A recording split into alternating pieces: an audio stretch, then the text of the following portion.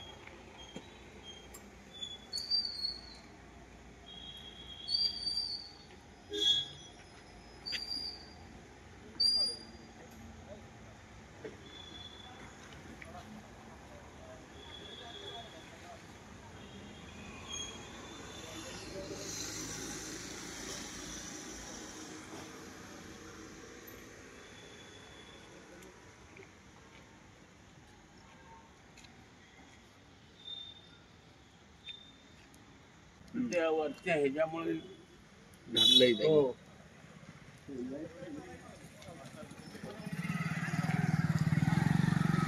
तेवढं मला ते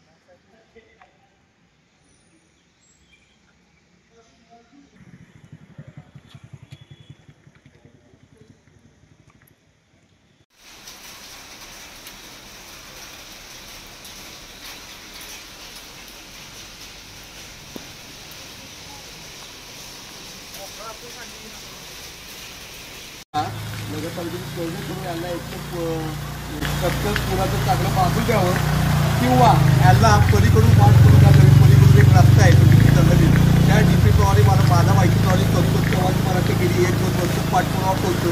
पाठपुरावा करून तिथे त्यांना तो रस्ता भेटला।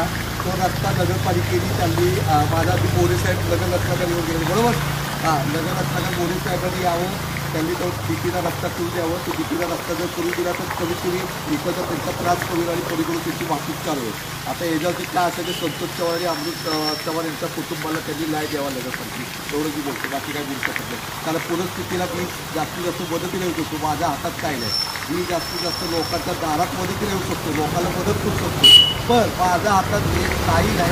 आज नसतं नगरपालिकेत नाही नगरपालिकेने यांना सोलर भिंत बांधून द्यावी आणि त्यांना पूल बांधून द्यावं एवढं मी बोलतो।